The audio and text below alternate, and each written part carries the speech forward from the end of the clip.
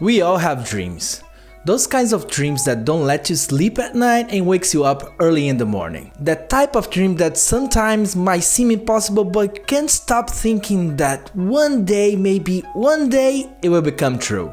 I had a dream in 2012, yeah, 10 years ago. And this is why 2022 will always be remembered as one of the most incredible years of my life. So, as you saw in this video, wait, did you see it? What are you doing? The video is up there. Go watch it now, please. So, as I was saying in that video, in 2012 I started to pay closer attention to the motion graphics industry and I fell in love with this company. This might seem silly to some, but working at Buck became my biggest dream and shaped all of my adult life.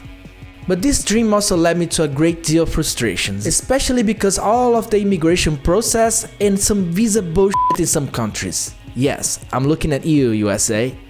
But it also led me to places, people, experience, and an amazing journey that I will always be grateful for. But finally in 2020, yeah, right at the pandemic, I got to work with Buck for the first time as a freelancer, which led me to a permanent position, and when the pandemic ended, we'll be able to work on a work visa and I will be moving to Los Angeles and finally be physically at my dream job. But do you remember COVID? Yeah, that took a little longer than anyone was expecting, and in the meantime, Buck has opened a new office in Amsterdam, and my wife and I started to thinking that maybe life in Europe would be a better fit for us both, especially because my wife will be able to work and follow her own dreams instead of just following me around. And also it felt so exciting to be part of something new that was starting and seeing growing closely and be part of it. So I sent an email to my boss, and 4 months after that, I was part of the Amsterdam team. Remotely. And the universe and its all chaotic wisdom found a way to show me that this was the best decision I could make. Right after I started working with the Amsterdam office, I was invited to join the team in the city physically for a week, so we can all be together and attend to the Playgrounds Festival. And boy oh boy, that was fun. I got to visit Europe for the first time, got to see my best friend that now lives in Portugal and hang out with him for the afternoon. Got to Amsterdam 2 days earlier so I could meet places and people and enjoy the city, share a hotel room with my good friend Fabricio that at some point in one of our romantic walks made this draw of me. I felt like Rose. He was my Jack and Amsterdam was a Titanic that was about to sink in. Just kidding.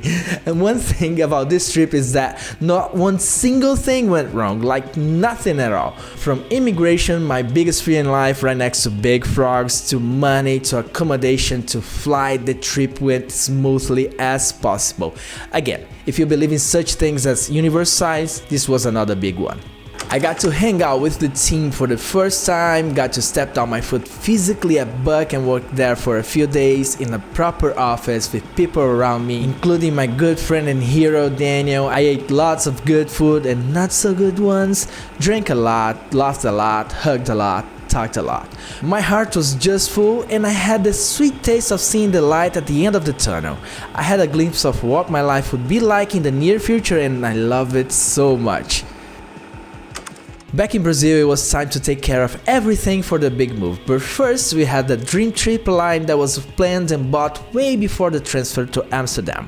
Time to visit Barcelona for the first time. I might make a video about it in the future, but the whole motion graphics thing for me started because of skateboarding. I was so addicted to skateboarding videos that I wanted to do my own, and because of the graphics, animation and visual effects in those videos, I ended up discovering After Effects and the rest is history. At that time, Barcelona was the dream destination for skateboarding, so I had always wanted to visit that city since I was a teenager. I even started training and a diet because I was overweight and not skateboarding that much at that point. It was all I had dreamed of and more.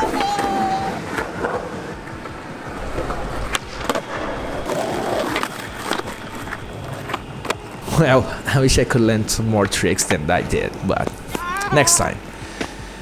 We also got to spend a little bit of time in Costa Brava, got to go to Girona and the gorgeous little towns around it, and just beautiful places that our eyes just couldn't believe.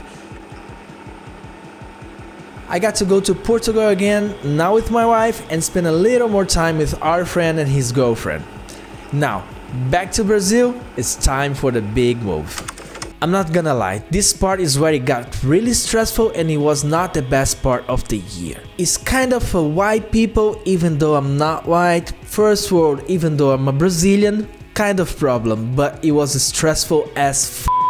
We were lucky enough to buy our first apartment in our city the year before. Our plan was always to buy it to have a place to go back to when visiting family, but also as an investment so we can Airbnb it while we're gone. If you ever think of going to Fortaleza, link to the Airbnb in the description box below. Shameless plug. So that alone, taking care of the little details and setting that up was a big job.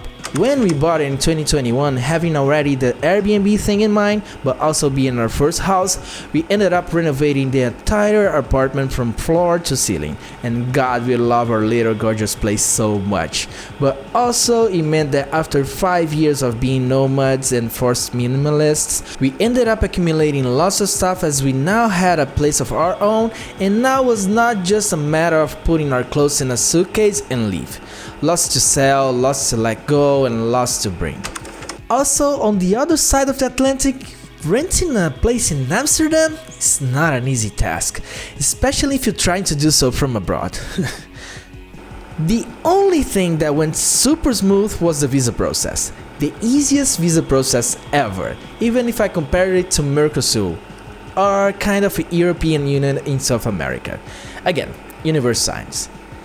I think what made it all even harder was that I couldn't stop thinking that this was a final big move. We had been out of our city for the past 6 years, and until now, everything seemed to be temporary. We go to this city and plan to the other destination. I got this job so I can have more experience so I can land another job. We have to get rid of this if we want to have that because it won't fit in a suitcase. If everything goes wrong, we go back home. Nothing was permanent. Not now. Now will be for good. This is it. No turning back, and that weighted a great deal on my shoulders. But as most things in life, time and patience can get you a long way, and little by little everything started to fall into its place. And soon enough we were living in our hometown for good. And now we're here in Amsterdam with a visa, an apartment, bikes and a guitar. We both have jobs, trips aligned and plans for lots more. For a weekend, for a week or two, no more moving. I had enough of that normal life. And we love it here so much. Even the weather. But most importantly, I had the dream job now. That dream job that kept me awake at night and woke me up early in the morning. I work at Buck. And what makes it even more special is that now I have this bunch of new and amazing friends that seem to like my company as much as I enjoy theirs. We talk movies, we talk music, we talk books, we discuss animation, we make jokes, we laugh, we skateboard together, we play music and games together, and we have Christmas and parties and food and drinks together. They say they love me and I love them so bad. Even Lore. I don't like Laurencio that much, but he's also the best. Sometimes while walking alone in the city or riding my bike, I think about this dream I had and I smile. We all have dreams.